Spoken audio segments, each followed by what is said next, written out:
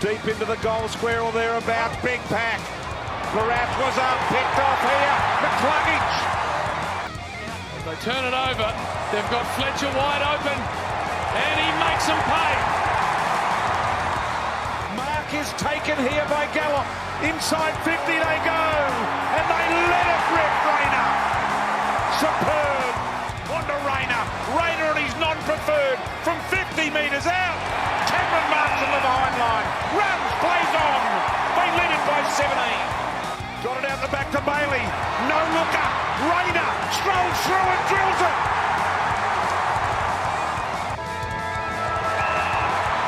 The Brisbane Lions have the double chance. The Brisbane Lions Fancast is back after a big week. We find ourselves recording on a Monday midday after the last round Sunday night game at the Gabba against the Hawks. What a win it was. Very frustrating at times. And I found myself sitting there at the Gabba forecasting Chris Fagan's press conference of him saying, well, you don't have 34 shots on goal and, you know, generally that always wins. So thankfully we didn't have to deal with that. We got the win. The home and away season is done. We've got a top 4 position locked in and a qualifying final against the Cats. Most likely the MCG locked away in a week and a half's time. What's the less likely? It is good to be back in finals. Well, I don't know. I guess, you know, GMHBA. Not going to happen. I know, it's crazy. I do feel bad for them because the AFL is like, well, if you want a home final, build a better stadium. So they did, and they're still not getting it. Yeah. So they'll get 80,000 play the people Suns. there, so they'll be fine. Yeah. If it's anything close to last year's prelim final, it should be an absolute ball terror. I was having a chat to the guys from the Hoops crew. They've had a soft run into the finals in terms of their opponent, but they've got a clean bill of health, whereas we've had nothing but top 8 teams in Sydney for the last 6 odd weeks, and we are a bit banged up. We should welcome back a couple of troops, but we will get back to that in a little bit of time. Plenty to talk about today. Make sure you like, subscribe, follow, all that sort of stuff. Leave us a review. Buy the shirts. You can get them at brisbanelionsfancast.com.au. We've had a few people reach out. It's been a bit of an issue with the shipping of those shirts, so big apologies for anyone that might be happening to. So we design them, they print and ship them, and there's been a bit of a stuff around, so we're actually looking into a new supplier for those ones. And of course, don't forget, if you really like the show, you can throw us some money at the tip jar that you can do through the website as well. And Pat, you've got something to say while I look up who's sent us some money. For anyone who is uncertain about shirts, just be fully aware, if something falls through, I will punch JB. So You have that guarantee that there will be physical reprimand. So don't fear. You can attest to that, right? Well, there you go. You know that I'd follow through, right? Yes, absolutely.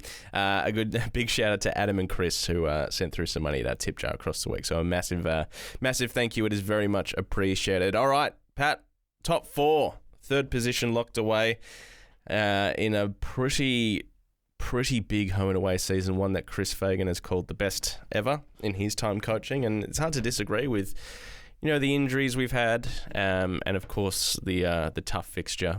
I know you've been dying on the hill that last year was tougher, and there were definitely probably more interruptions across the year, but this year certainly was a tough slog. I think I have to go back on my word and say that yes, contextually this year is more difficult in terms of the teams we've played. Last year the travel was worse, but yeah, I think I have to eat my words, which is something that I can do. It's good to hear. Oh, wow. Where do we start with this one? Should we start with 0 goals 8 to kick off proceedings last night? No, let's start with the 3rd milestone man missing, E. Hipwood. Yeah. So, again, it happened. I called it, and we did our ins and outs, and then we hear that Premiership player Eric Hipwood had done his calf and would be out to 3 to 4 weeks, or out for 3 to 4 weeks, rather.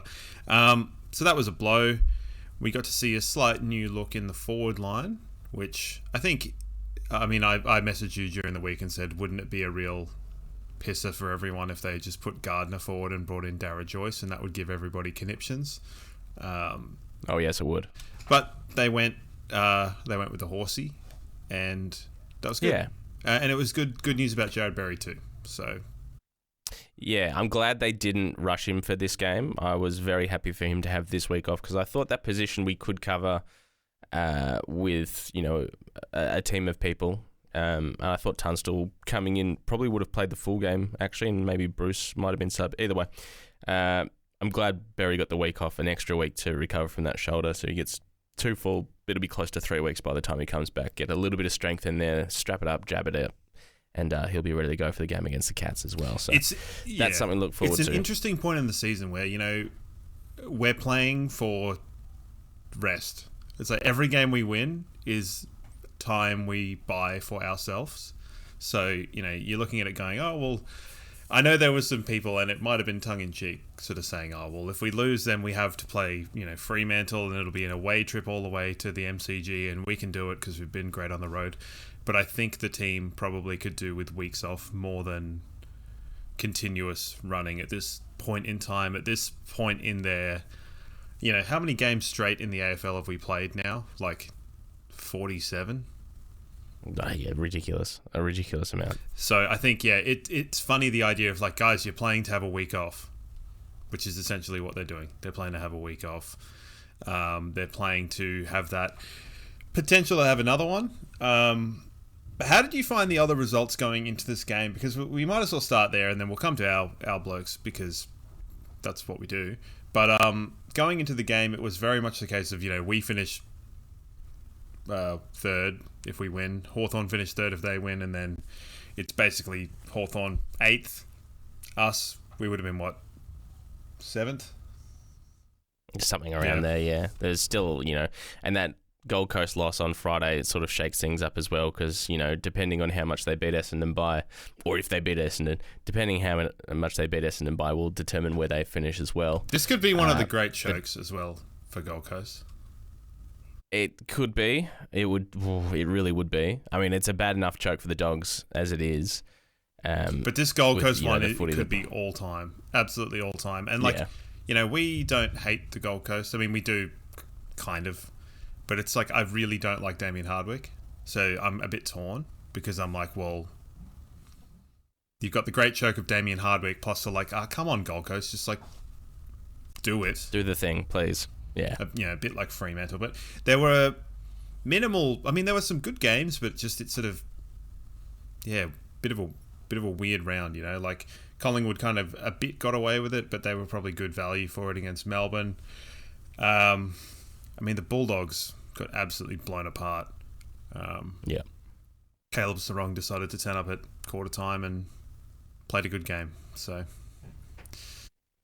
and then of course Giants did what they needed to do to secure their spot. It was a very interesting final round with a lot of junk in there as well.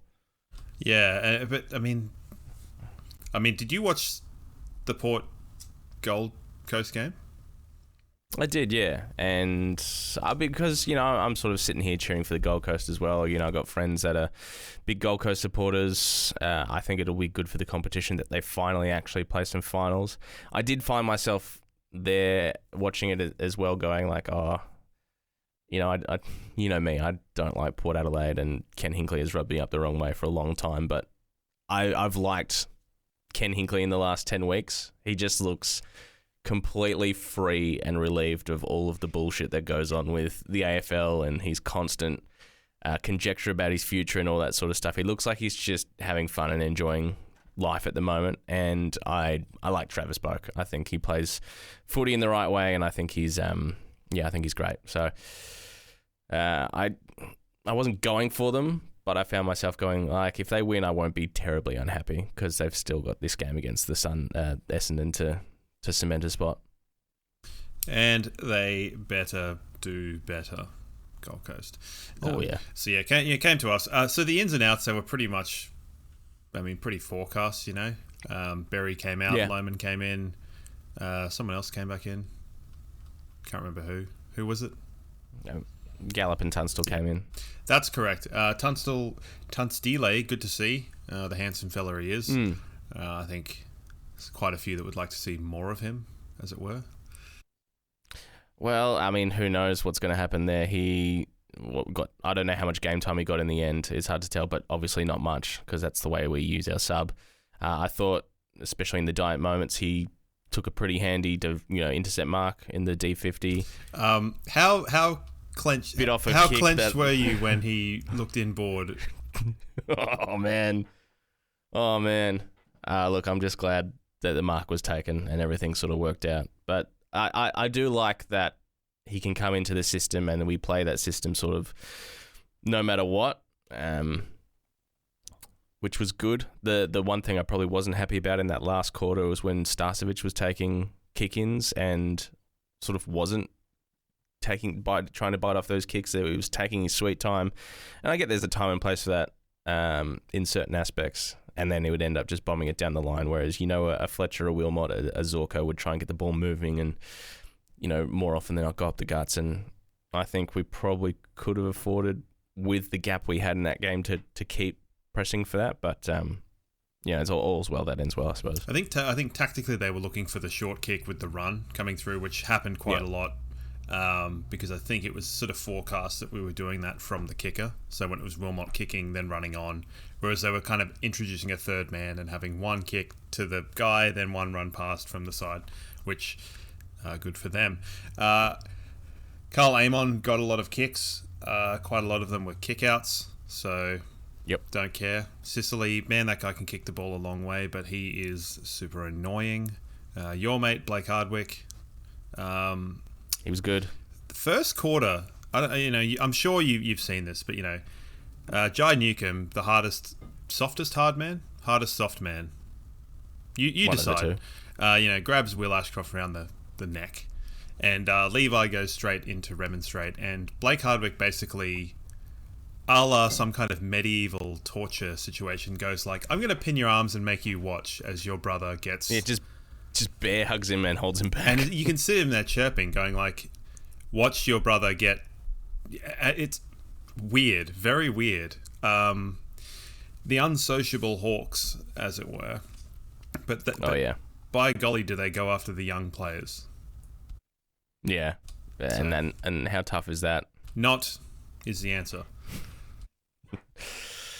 It all started before the first bounce with Zorko and Ginnivan. I thought, obviously it's fun for the game to have that little bit of theatre, and two of the biggest pests in the game has seen in the last 15 years sort of lining up against each other and getting stuck in. So I thought that was a little bit of fun.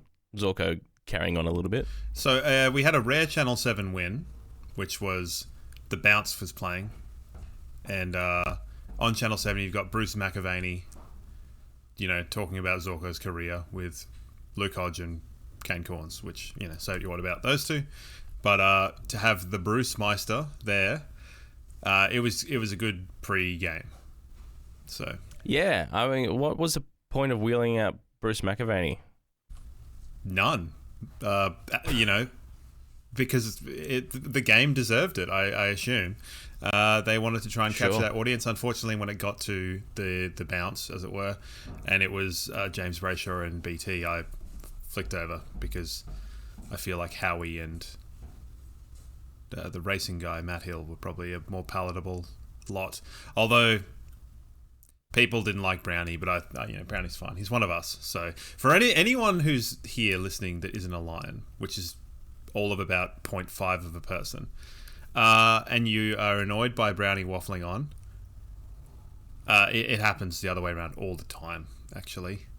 Jordan Lewis, anybody? Definitely. Gary Lyon, Dermot, it's flooded. So eat it and get out of here. 0 goals, 8. Oh yeah, it was. We were Fremantle this week.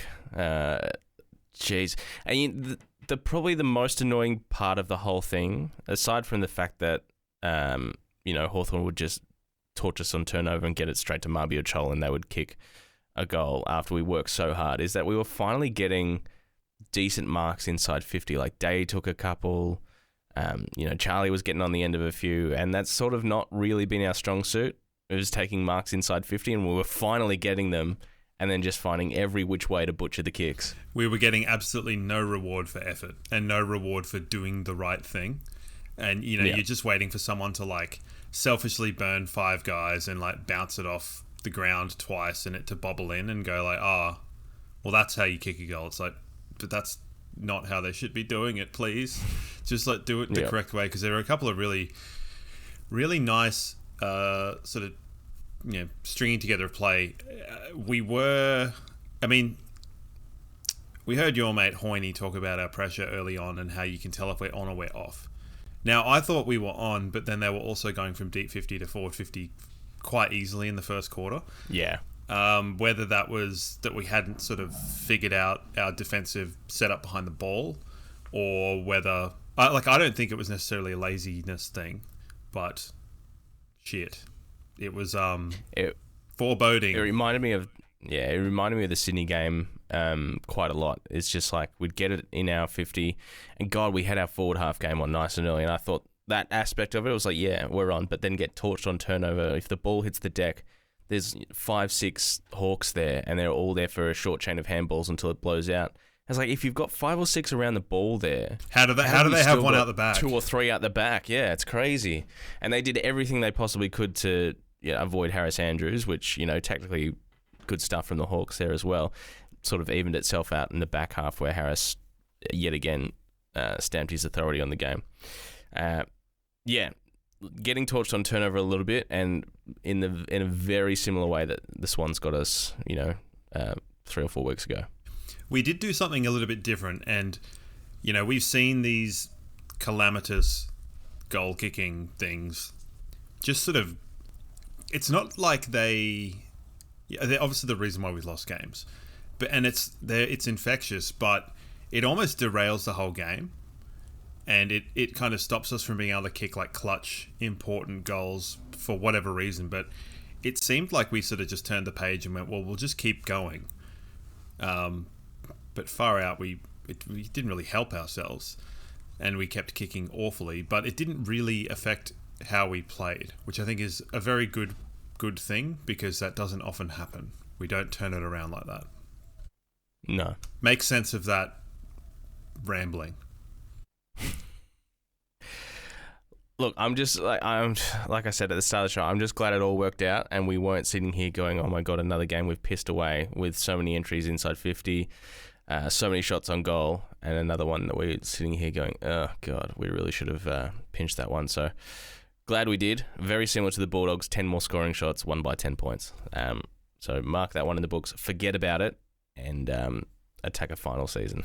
Now, question for the trivia monkeys out there that don't exist. But so I know Carl Amon's shot at 3/4 time was chalked off because of the siren. I wonder when the last game where 4 shots were taken on or very close to the siren, because we had Newcomb in the first quarter, Ginnivan, Amon, and then Rev. The end of every quarter. Someone dig something about that out for me, and I will look at it, smile, and move on with my life. So, yes. Second quarter, we came in and we were on top anyway, so it didn't really matter. But we got the goal. Hugh McCluggage dug us out, and isn't he a player? Isn't he what? If he doesn't make All-Australian this year, I don't know what I'm going to do. Pitchforks, riding. Where do they have that thing? Melbourne? I'll take the train up. I don't have any threatening things. But, I'll be there and I'll rabble. Yeah.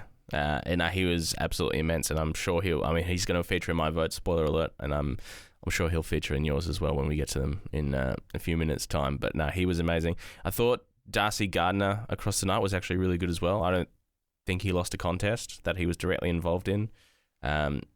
Froggy, I think, got the matchup on Chol early and obviously let him get off the chain a little bit, but that corrected itself. Mitch Lewis had barely anything to say except for that one free kick he got from a dubious call. Gunston had one of his worst games. Like, he still ended up with 2 goals, I think, but one of his worst games for the year. Kalshadir was basically... he had a couple of shots. I don't know if he ended up scoring in the end. I'd have to double-check that. And their smalls, Watson got that one at the end. Connor McDonald did bugger all. I thought Bruce had a really good game on him. One interesting thing that I did find is that Cal Archie played a lot of footy up on the wing. And the Ashcroft boys played a lot more in the forward 50, especially Levi, which was a little bit strange. So I think with Calamachi's like a versatility, him playing on the wing and having that kind of marking outlet, I think is the big thing that you lose when Barry goes out of the team is having that extra one. And what we're finding is when Lohman went out of the team, we brought Marshall in. We were actually sort of playing like a seventh midfielder in to drop into the contest to then try and make space for Lohman and Logan Morris to try and get him those isolated one-on-ones. So we're almost, it's like a weird, not quite insane version of Pagan's Paddock, Dennis Pagan, not Chris Fagan, Brian, which I think that's probably the reason why. So you saw Lohman come in, so you've got him and Charlie, and then the three talls creating that kind of five, and then you're dropping one into the stoppage, which will be interesting against Geelong because we know that they like to drop one off into their defensive 50 in Stewart, so they'll often have a forward come with, and it'll be a tactical nightmare. It really will be. I'm looking forward to this matchup though against the Cats. It's another chapter in the Brisbane Geelong finals matchup series. Did you hear an interesting stat that it's the first time that the Lions and Geelong will meet in the finals that isn't a prelim? Yeah, it's crazy, isn't it? So could be good. I mean, I think everyone is largely looking forward to it. I think the Cats fans are a little bit worried. I think we're relatively confident, but at the same time, you know, it's uncertain. But there was one interesting moment where I couldn't help but think smugly. They flashed up the top disposal getters, and it was W. Ashcroft, L. Ashcroft, and S. Marshall on the screen as Fletcher kicked a goal. Yeah, crazy. And I'm sitting there going, sucked in, everyone else. Have the academies and the father-sons kill you. I don't care. So that was good. It was a good get for the club across the week. Obviously, 5 players named in the all 5 that were named in the squad made the 22 under 22, which was absolutely fantastic to see. Of course, a club that's been contending for the last 7 years, and I've obviously got a really good core of young players as well. And we had 9 last night, 22 and under, which is absolutely unfathomable to think. But at the same time, a lot of those kids really stood up, and Darcy Wilmot really headlined that. Logan, one of his quieter games. I thought Ty Gallop was really good. Obviously didn't hit the scoreboard, but his follow-up work, his second efforts, his tackling pressure, and for a big boy, he's got a bit of speed. He has got that little bit of mongrel to him, which I don't mind. Ended, I think, with 4 tackles, so I think he played his role really well, and he was given kind of that license to kind of create chaos, because rather than when he came in the Adelaide game where he was having to be that kind of focal point that Day was. And I thought Day, aside from that one where he just missed his shoe, like he just dropped the ball, which was a bit annoying in the third quarter, he was really good. And it is interesting when you look at what he brings. He rarely gets outmarked. And it's almost to the point where he sometimes could try to take the mark rather than just bring the ball to ground. It's almost like his first thought is to bring the ball to ground. So it's a very kind of interesting anomaly, but he seemed to really enjoy the win. It was a shame he couldn't get a couple of those shots in early, but he just kept fronting up, and it won't read very well, and interesting after last week when Eric Hipwood got 3 disposals, and then you find out that he played with a torn calf or strained calf for the big majority of it. Not high numbers, but they did their job, and we were able to kick a winning score, which it's in the song, so that's what we obviously want to do. And also we kicked 1 million behinds. So maybe this could have been one of those fabled, get the calculator out and find out that we should have kicked 160 or whatever. So I think they all did their role very well. Yeah, I mean, I'm sitting there in the third quarter and we've had, 10, 11 more scoring shots. And you're sitting there thinking, like, conceivably we could be 60, 70 points up right now. But we're not, because we've just absolutely squandered a lot of opportunities early in that game. And I know it obviously doesn't work like that, but even to be 5, 6, 7 goals up, to put that scoreboard pressure on, really would have made for I guess just to really stamp Hawthorn out of the game, and instead we're sitting there with less than 5 minutes on the clock, and they're within 3 points, and you're like, come on, like please, I'm begging you. I must admit, the last quarter got me a little bit stressed. Yeah, because they had quite a lot of territory. They were a little bit inaccurate in that last quarter, and it was good to see us kind of hit back the other way. Howie mentioned on commentary, he said, I don't know if you're an expected score kind of person, but the Lions should be up by like 43 points, I think, when we were up by a goal or level or whatever. Yeah, it was early on in the game, and sort of Brownie bit and was like, oh yeah, I mean, what's that sort of actually mean though, really? And then he's like, oh, it's sort of, how would you feel the game should be? And Brownie goes, I feel like they should be 43 points up. So got the memo and threw it back at him fantastically well. So, all in all, I think Reville missed that shot right at the end just so that we could win by 10 behinds like we did against the Bulldogs, because it's fun. When has that happened? And aside from that, the play, they just seemed pretty secure. They lifted. There was a chain of tackles that happened, and I know Ginnivan scored a goal after this point, but it's right on the 10-minute mark where there's like a smother, like 3 tackles. Gardner absolutely pile drives someone, and you sort of think that if you look at that and go, I really don't think we're going to lose from here, because that's late finals. That's the stuff, by the way, that I'm talking about, where I say teams like Adelaide and teams like Gold Coast and teams like Fremantle haven't really had to deal with that. And, I don't want to hear all about the it's a finals-like game. It's got to be a finals-like game against a finals-like team playing finals-like footy. So I don't necessarily think that, them playing the Bulldogs, for example, is a finals-like game. Fremantle, that is. Because the Bulldogs aren't really... I mean, they're there, they're trickling, but they're not really, they don't know how to win finals the way that we do. So, I don't know. Bit nebulous, but here we are. So, in the end, we won the game. We did, and it was nerve-wracking. Thankfully, no more injuries to come out of it as well. The question's going to remain. Obviously, Neil and Barry will come in for the first final. Whether Gallup holds his spot, or they decide to mix things up again and bring in Henry Smith, or... That's probably the only other option. I wouldn't be mucking with the lineup too much now. Connor McKenna will be available as well. Does he have a role to play? Maybe, maybe not. Tunstall, Luke Beacon, all these sort of guys that have been in and around on the fringes. It remains to be seen. The VFL will play this week as well, so we might have a better idea in a week or so's time. So, good.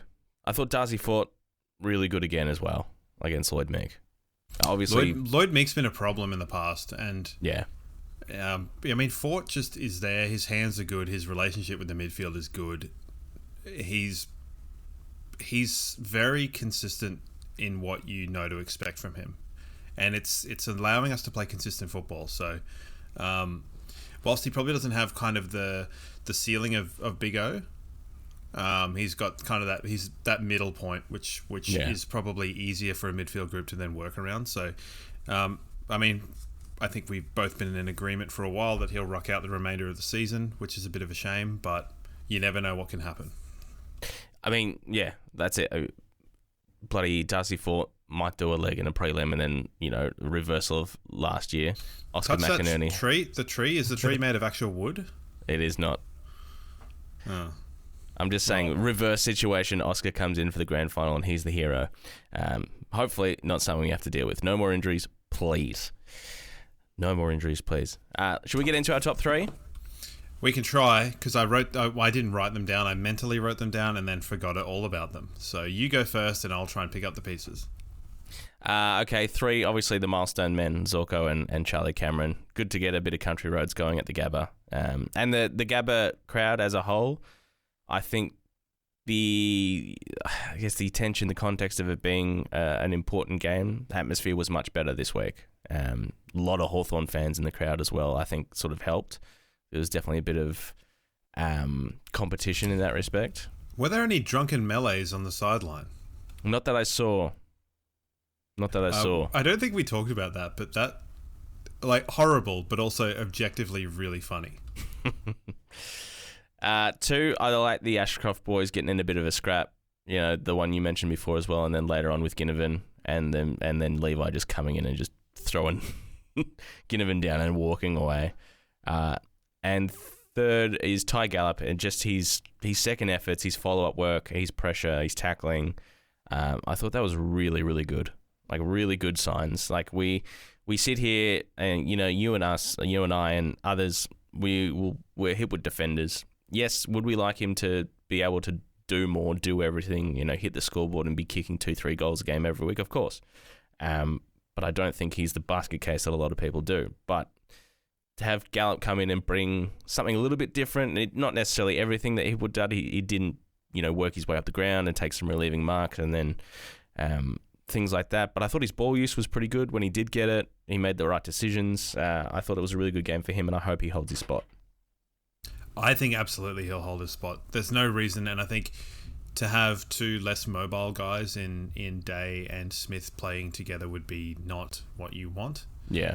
So I think there's no question that he does.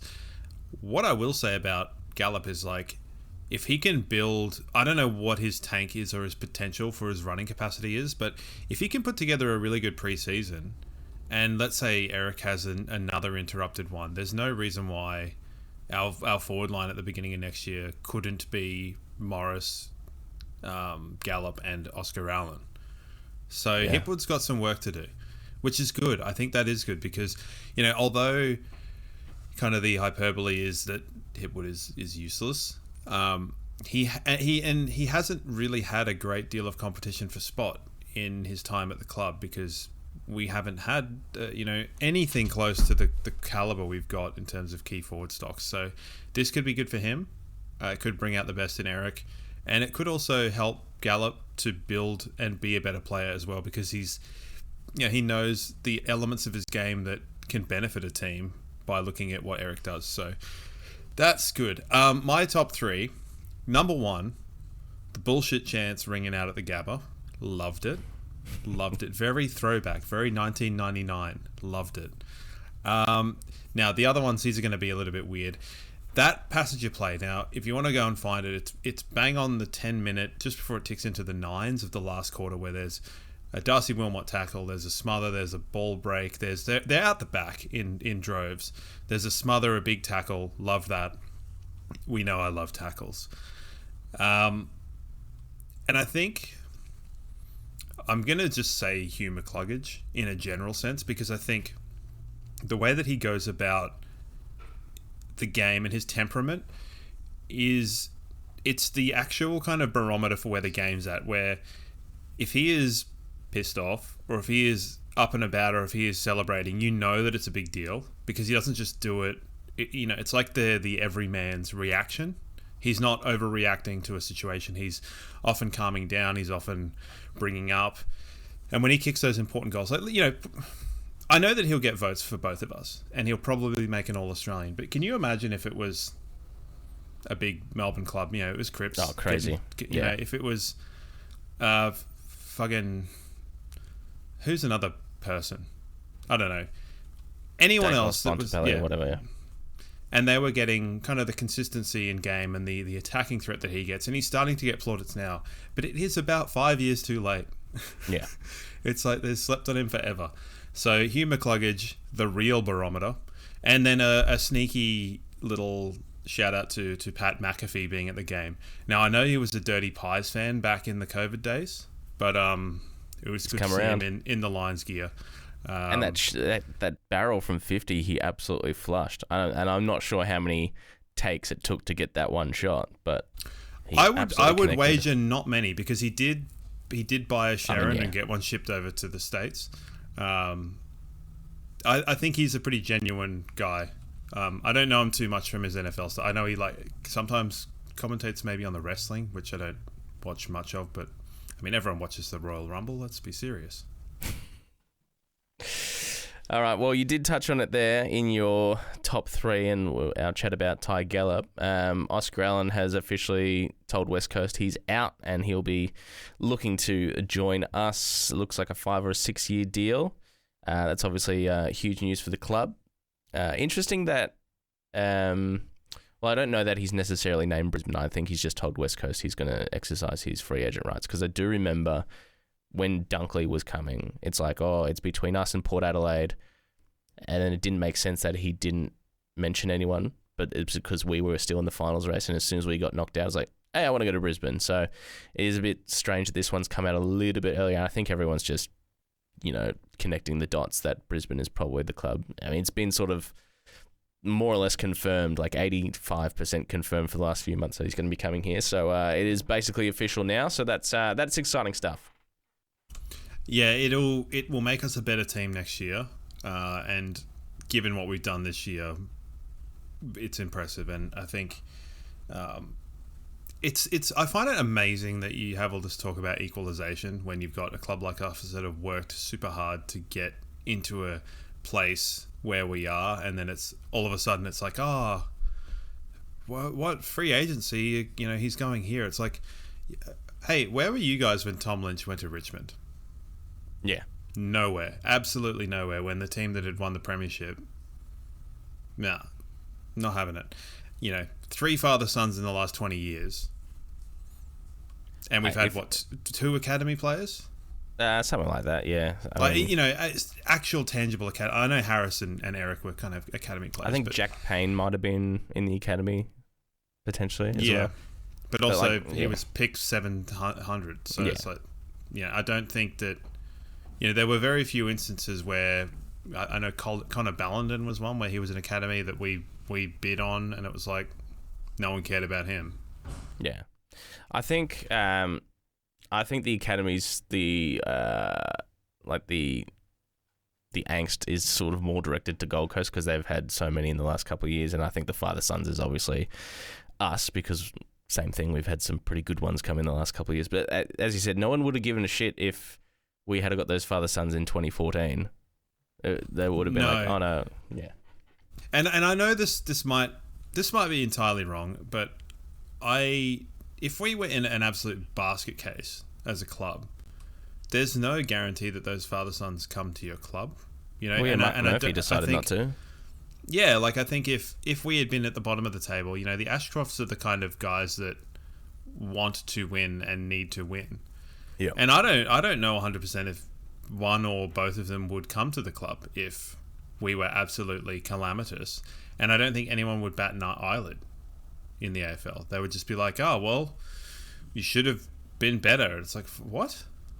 What I will say is I know that we've talked a little bit about Cooper Hodge, and the romance of you want him to go to Hawthorn. Yes. But if you're Luke Hodge and you're looking around at the dressing room and you're going, well, my son will be surrounded with Ginnivan and Sicily and schmucks like that. Yep. Or you look around and go, well, the Ashcrofts and Lockie Neal and Harris Andrews.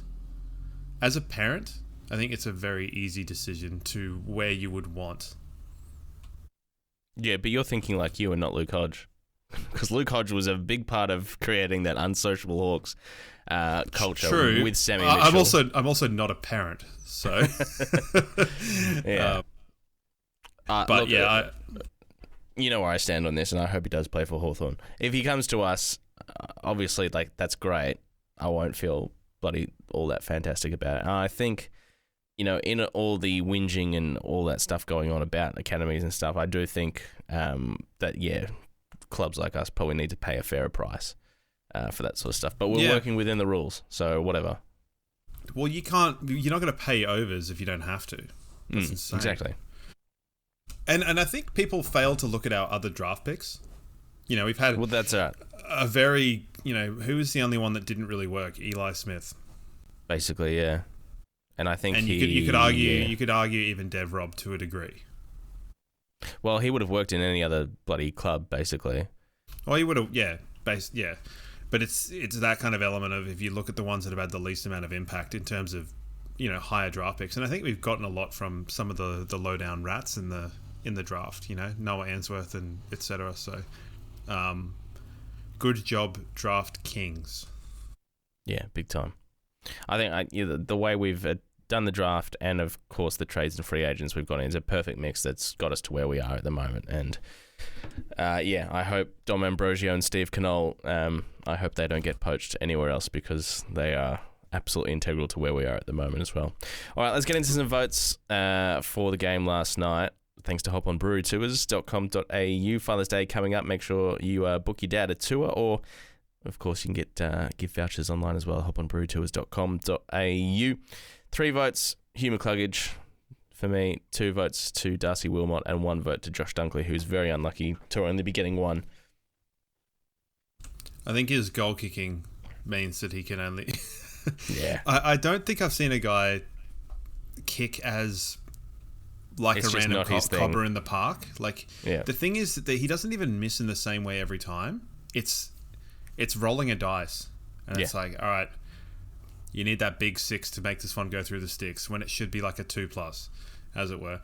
Harris Andrews gets the 1, and then Wilmot and the McCluggage man. Yeah, fair enough. I mean, I thought Marshall had a really good game. He should get a Rising Star nomination.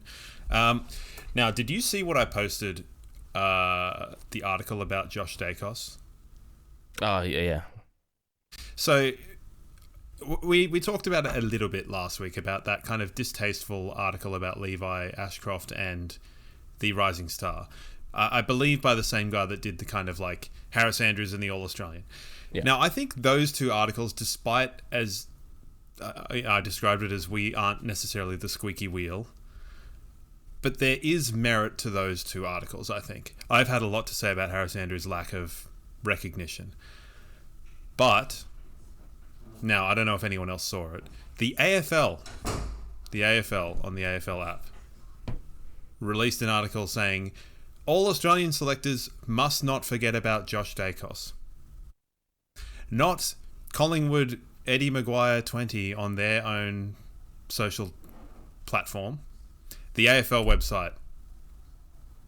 So why is it that we cop, as a club, a lot of stick for this one journalist, whereas the AFL does it and everyone's like, they always do it? Well, yeah, I guess they do always do it. Anyway, I just thought it was hilarious. I thought it was distasteful. Ooh. Very distasteful. There's a couple very of players on the putting nose. their hand up for that. Zorko would be another one that's putting his hand up for that, or back pocket as well, I think. Oh, yeah, I think Zorko, I will eat my words again.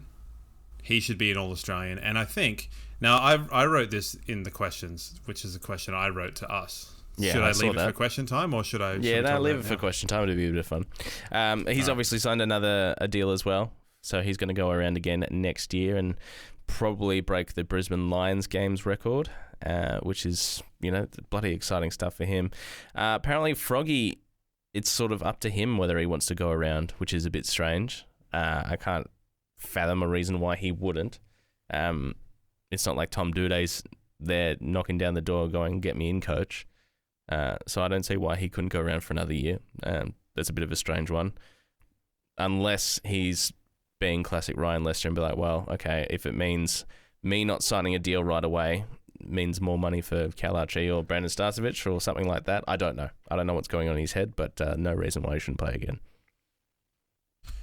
No, I agree. Leicester should go around again. Now, just something reminded me. What are your thoughts on that Carl Aim on handball?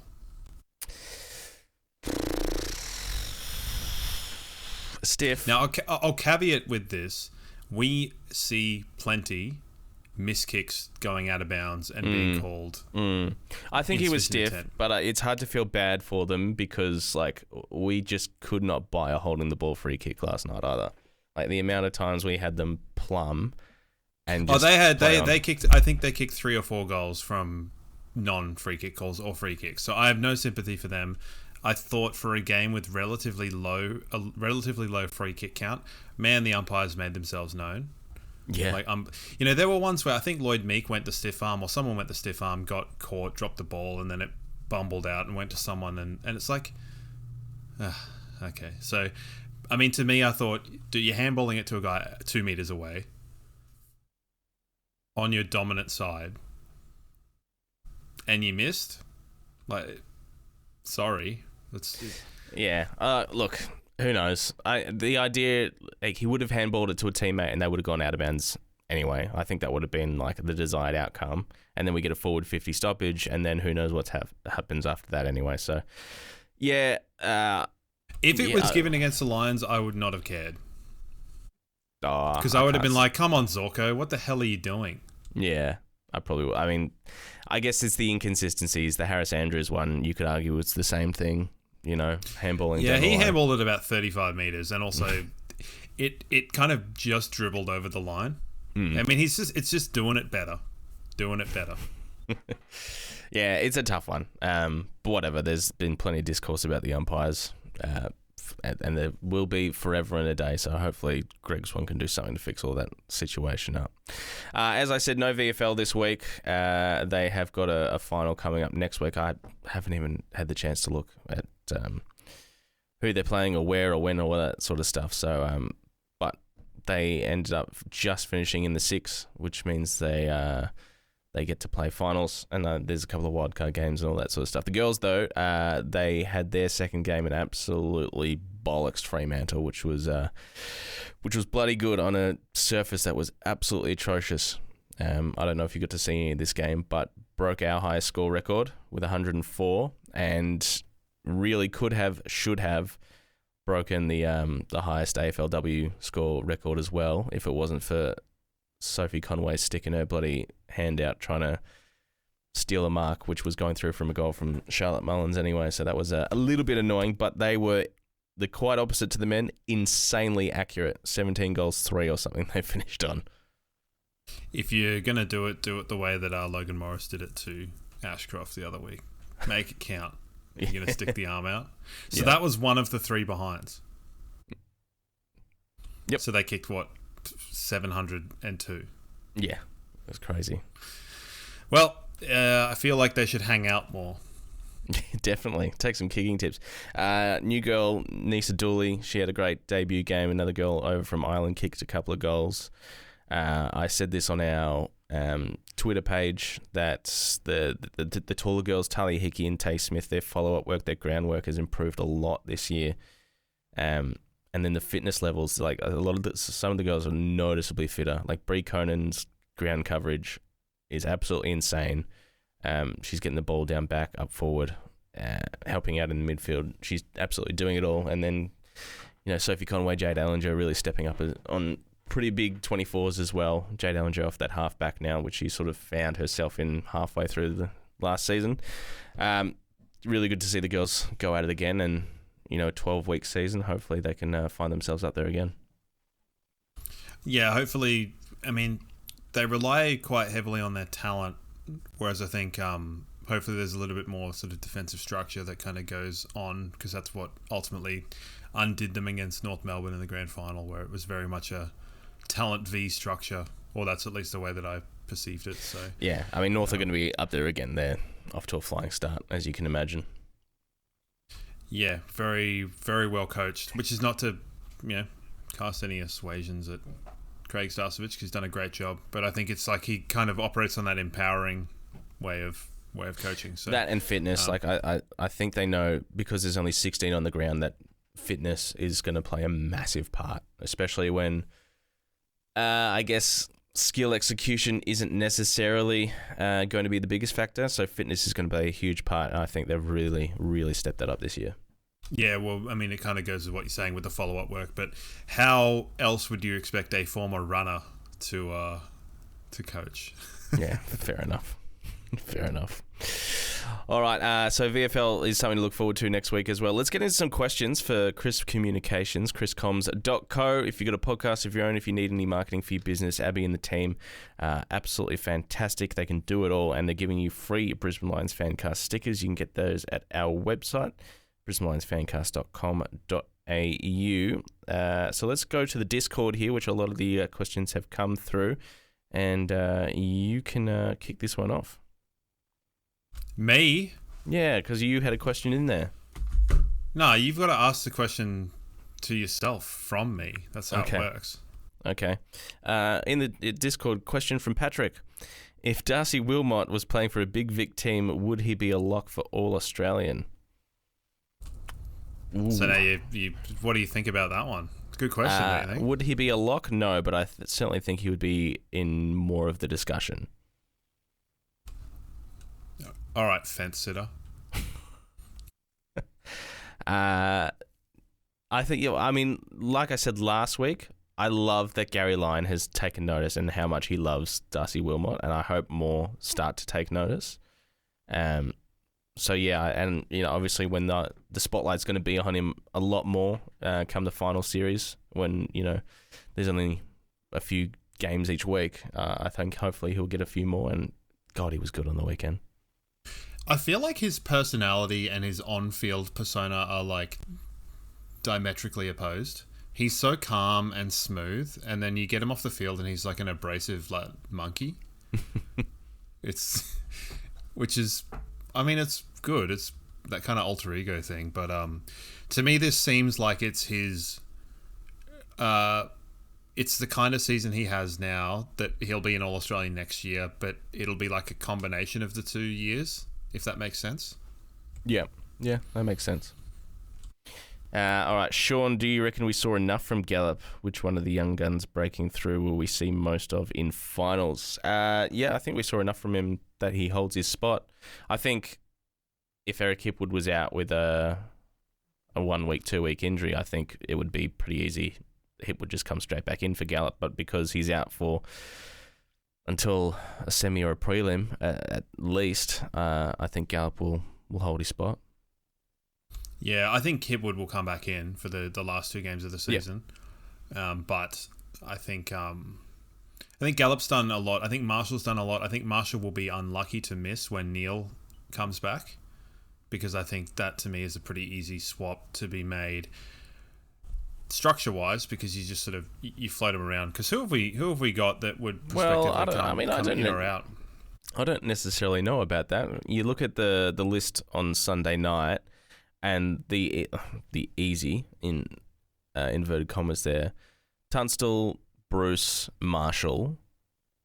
I reckon I'm dropping Bruce and Tunstall for Neil and Berry before Sammy Marshall.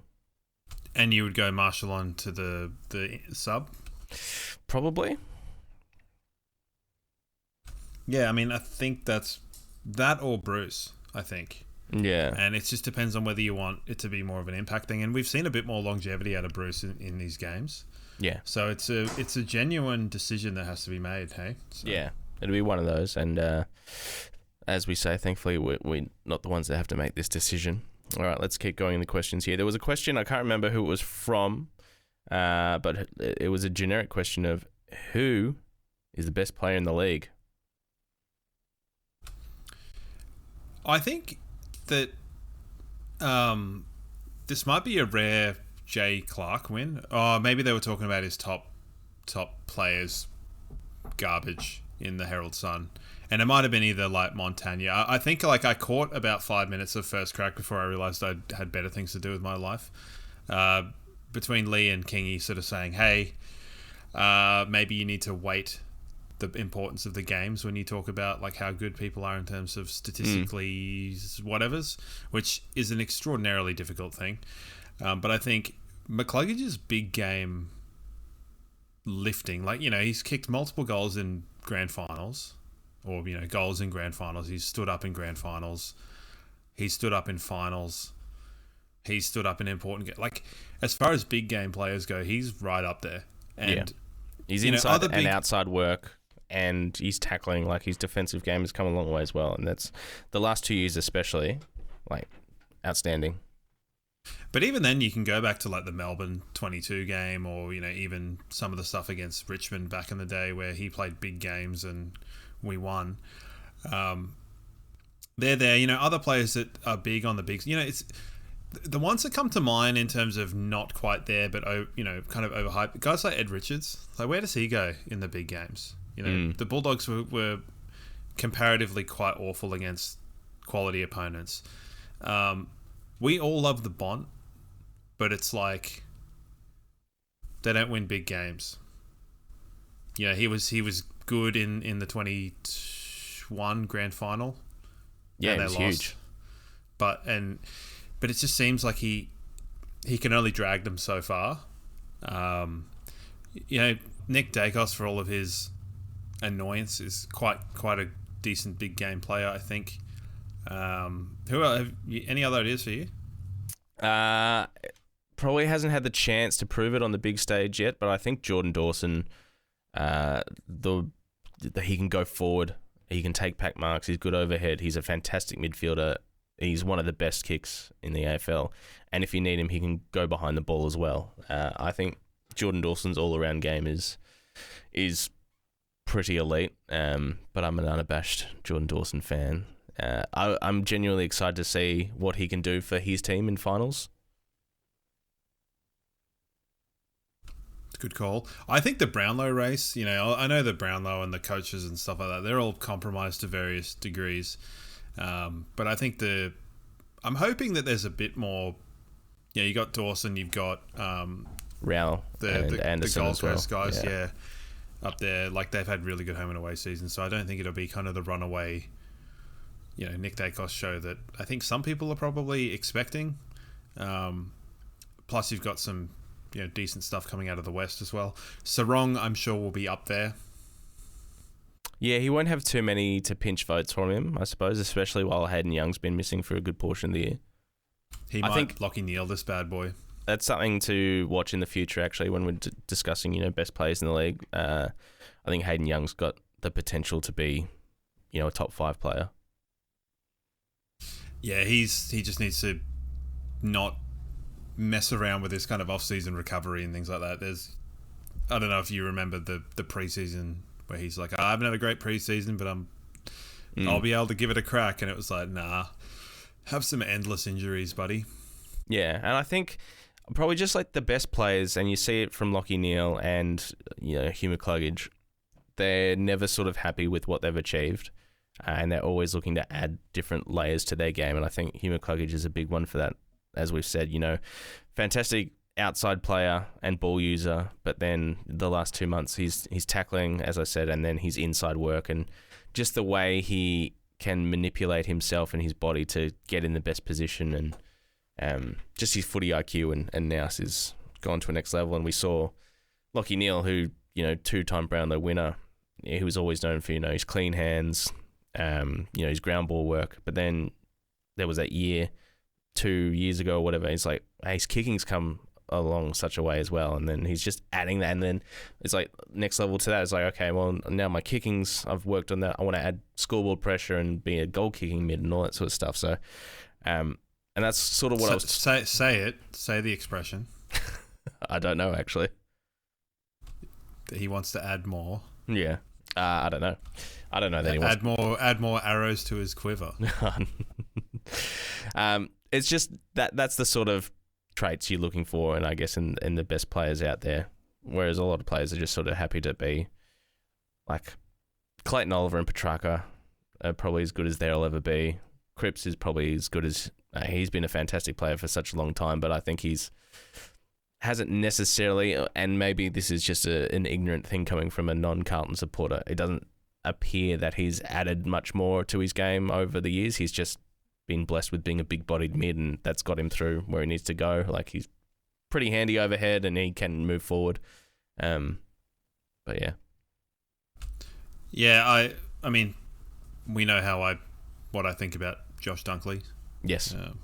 First name on my team if I'm making any team, which we did that exercise, and wasn't that a fun one? If only he could kick. If only he could kick. Maybe he should spend some time with the women in the off-season, just sending them through. So, any other questions? Yeah, there was a couple more here. Who do you think from the club will make the All-Australian squad? And ultimately, who do you think will make the team that's from Sea Turtles? So the squad. I'm going to go with I'm going to cast a wide net on the squad front, I think. I'm going to go Logan Morris, Rayner, Bailey, McCluggage, Dunkley, Wilmot, Harris Andrews, and Zorko making the squad with a big 8. Jeez. I don't know. And the team, I think, will be Harris and Zorko. Yep. I think that'll probably be it for the team. Bailey might be an outside chance if they can find a spot for him on the bench, perhaps. He started hot, and his last month or so has been pretty good as well. He had a few sort of down games in the middle there. Rayner. Oh God, Rayner's a difficult one. Rayner he was the number 1 rated general forward for about a 6-week stretch not too long ago where he was just pasting them. Yeah. No, I think Rayner's had a better year this year than last year when he was put in the squad. Yeah.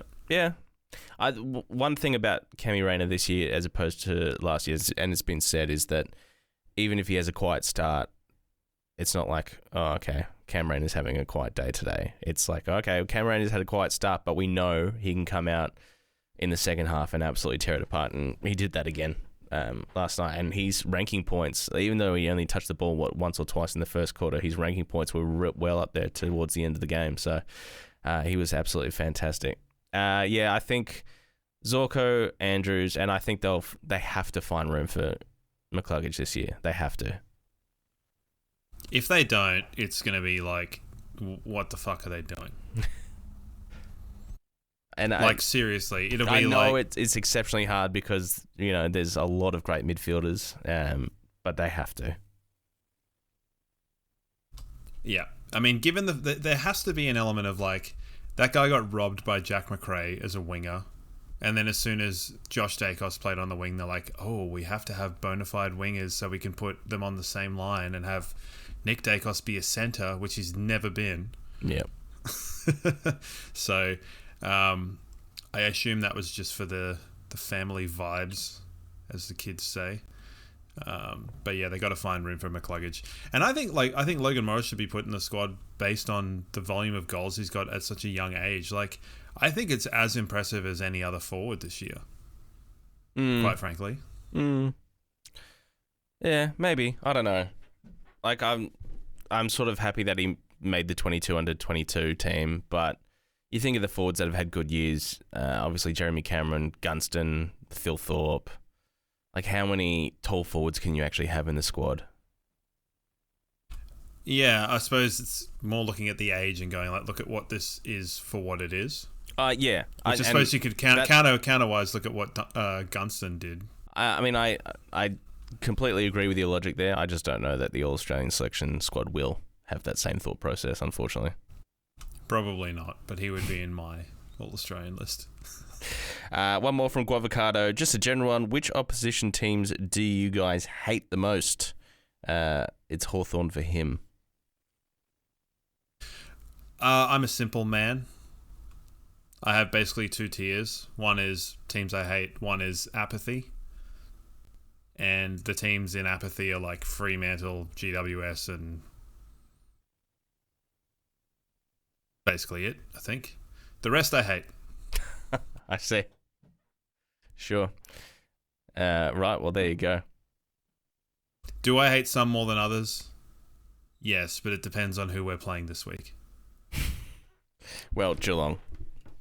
Yeah, not this week, next week. It is worth noting I did give my answer will come as no surprise to anybody to that, so that's what I think. Fair enough. You know me, I don't like Port Adelaide. For a while I didn't like GWS, but they've grown on me somewhat. Essendon can go jump. Yeah, Collingwood I don't hate as much as probably a lot of people do and should. And then I find Collingwood to be so remarkably boring and dull that they kind of don't warrant an element of like, it's like you think of guys like Myercheck and like Jamie Elliott and you're like, who cares? Like, you don't hate them because they're so boring? Oh, so boring. Yeah, I mean, God. Craig McRae shits me. He's just sort of smug and condescending. But the club itself, I don't mind. I think it's the supporters that can be. Not all of them, but, the vocal ones, God. Anyway, but every club's got them. So, yeah, who cares, I suppose, in the end there. Other footy stuff. Now, did we want to talk about the AFL's big drop of the ball regarding Rankin?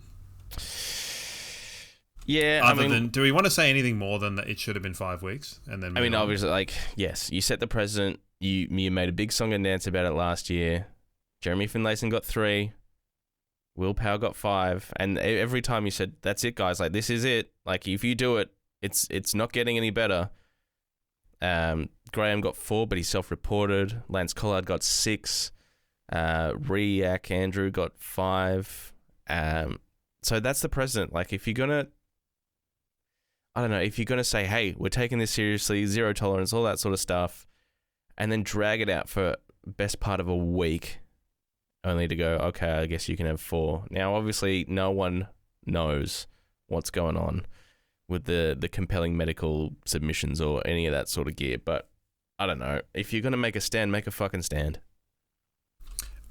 I can't wait for someone to bring up compelling medical evidence in support of a mental health thing on a regular suspension. Be like, but he'll, I thought Jared Waitley said it extremely well. He had a bit of a promo or a bit of a monologue about it. What do they call in the theatre game, those things? Soliloquy. His soliloquy was fantastic. I don't get it. What I'll say is that I don't think he'll play in a grand final either way, because they'll either win their first final and he won't play, or they'll lose their first final and they won't make a grand final. So, But like all this nonsense about, then you can't have Snoop Dogg, and then all this outside rubbish, and the whole time Adelaide's going, oh no, he'll copy, he'll accept whatever sanction he gets, but in the meantime they're like dragging it out for, as I said, best part of a week. And I understand every club would have done the same thing with one of their star players to try and do absolutely everything they could to get them available to play a game. I don't agree with that. I would like to think that the Lions wouldn't do that, but yeah. I think for Adelaide, they should have made a stand and said, regardless of what this result is, he won't play again this season. Yeah, that's in a perfect world, but we're not living in a perfect world. We're living in a world where money and wins and losses mean more than a moral compass sometimes. The Snoop Dogg stuff I don't really understand. I'm not a big Snoop aficionado. I did think last year with the Katy Perry thing was a little bit tone deaf with her affiliation with Dr. Luke on that pro-woman song was a little bit tone deaf, but sure. different altogether. The source of that is, or my source for that is my partner, so any questions can go there. What else have we got? Finals. It is shaping up to be a very interesting first qualifying final now with Collingwood and Adelaide back at the Adelaide Oval.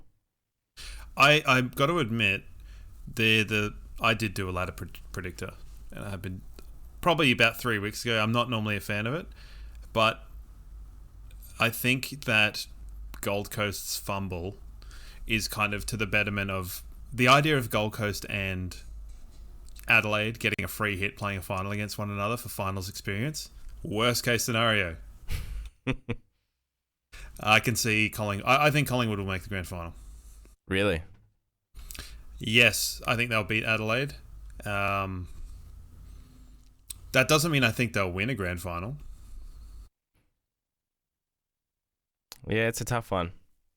If I had done a ladder predictor 3 weeks ago, there's no way it would look anything like it does now. Mine's not that far off what I stumbled upon. It was interesting after the Geelong game that we played down here.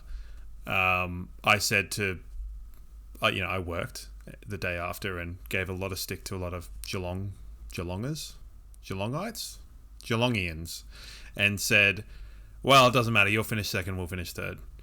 You've got an absolute canter into the finals, to which they obviously stumbled once more than we kind of hoped, but got there in the end. So I've got I think Collingwood will go and they'll beat Adelaide. I think Adelaide's in tight games. We saw it against us, we saw it in the first showdown, and we saw it against Collingwood. They might have won some of those games, but their sort of kill the game strategy is awful. It is not good. So I think they'll get found out in finals. Well, I don't know they'll go out in straight out. sets, but I could easily see them going out in straight sets. It's not. It wouldn't be completely unheard of. They've got a lot of talent. Well, we can tell you. Yeah, that's true. I mean, remarkable similarities. They went from 15th all the way to first. We went 15th to second and then bottled it. So, yeah. Like I said, it wouldn't be... I mean, we lost to both grand finals. So we did go through a string of years where we lost just to played the grand finals. Yeah. Which... It just showed that we were not quite in the best two teams. Yeah. Which is fine. It's still a tough one. I still think, like, anyone on their day, if they produce their best, as you've said a number of times, our best is the best. Collingwood's best is good. Adelaide's best is really good. GWS, when they produce their best, is bloody good. We don't have to think about the Dogs anymore. Obviously, the Suns, we know what their best looks like. So it's going to be a fantastic final series, regardless. And then the Cats as well. Yeah, I think, the way that I've got it looking is I think that the Giants will belt Gold Coast in the first round, but they might not play them. They might play Hawthorn instead. But yeah, I've got the Gold Coast knocking Adelaide out in the elimination and then playing us. So I've got us playing Geelong, GWS, and then either Geelong and Collingwood again. Jeez. So, yikes. Yeah. I mean, there's not going to be an easy run for anyone. No, it's just going to be a matter of enjoying it. And, we're doing something that we talked about last week that neither of the previous two finalists, premiers have done, which is make finals. We made finals in the top four. And we've just got to enjoy it. We've got to assert our dominance in the way that we can and play our best football. And that will be the way forward. And it'll be fun, It will be. Will it be fun? I hope so. I don't... Good. Can it be as fun as last year? Hopefully. Yeah, but just remember that the second half against Carlton and the first three quarters against GWS was people, and us, I'm sure included, were unanimous in that was possibly collectively the four worst quarters we played. Yeah, true. Let's go the last quarter against Carlton and the first three against GWS. No good. All right, well, before we wrap up, there is still one more home and away season game to go on Wednesday. And I don't know that tipping... Let me just check. I don't know that tipping goes into the finals. No, it does not. What? So, why wouldn't it? I don't know. Not enough to... I don't know. But unless anything ridiculous happens, the winner of the Brisbane Lions Fancast tipping competition at this stage is Benny S with Beef Tips. So a big congratulations to Benny S Beef Tips. Hold on. Now that I'm at work, I might actually do this. Can you add in a soundboard? Have you got it there? Or I can't remember. Is it? Oh, it's not working? No, fair enough. Well, just add in post. Raucous applause. Yes. Well, maybe it's come up on my end anyway. Doesn't matter. Applause are there. Now, okay, that's all fair. Did I beat you? Yes, you did. By quite a bit in the end. end. All I wanted. And you want to know why? It's because I made the decision not to dip Brisbane in the last couple of weeks, and I'm glad I did. Did I beat you by more than 2 though? I mean, probably. I think I finished 60th, and I think I'm 42. So I climbed because I started off horribly tipping North Melbourne consistently in the first 5 rounds. That's right. Yeah, you beat me by 4 in the end. And I believe about round 7, I stopped tipping with my heart and tipping with my head. Not that North Melbourne are close to my heart. I just thought that they were cool. I thought they were due. Now, the big question is, do you reckon anyone... I don't think anyone could have won the gauntlet because West Coast never won a game after the gauntlet started. Yeah, they won St Kilda. That would have been after the gauntlet, surely. Devil's in the details. Let's do the wheel. No. No wheel? No, because I'm not set up for it at work. So there'll be no wheel today. It's a wheel off. It's a bye week for the wheel. Tell the children. It's a pre-finals bye week for the wheel. The wheel will return next week. How did the wheel go last week? I can't really recall who was on the wheel. Steph Martin and... Oh, that's right. It was the and Jack Payne, the two athletic bloody the bodies. Big boys, yeah. And it looks like this is just coming through that Geelong Brisbane on Friday night. Well, that's fun. Yep, there you go. Geelong Brisbane Friday night at the MCG 7:40. Oh, good for them. And that's in, 2 weeks or whatever? Yep. Oh, cool. Cool. Oh, that'd be fun. So we'll be back next week to do a full preview of that one. I might be making a cameo on Further North this week as well. Hey, nice. I don't know. Talking about Brandon Starcevich. So I don't know how well I'll do, because I actually think that him going to North Melbourne would be a horrible match. Yep. But because what do they have in abundance? Mids. Yep. And I think he will be deluded if he thinks that he's going to North Melbourne to play midfield. So maybe it'll be 2 sentences and I'll dip. You never know. He'll certainly go for more money, if nothing else. Yeah, but then you're having to move to Melbourne and, there's all that.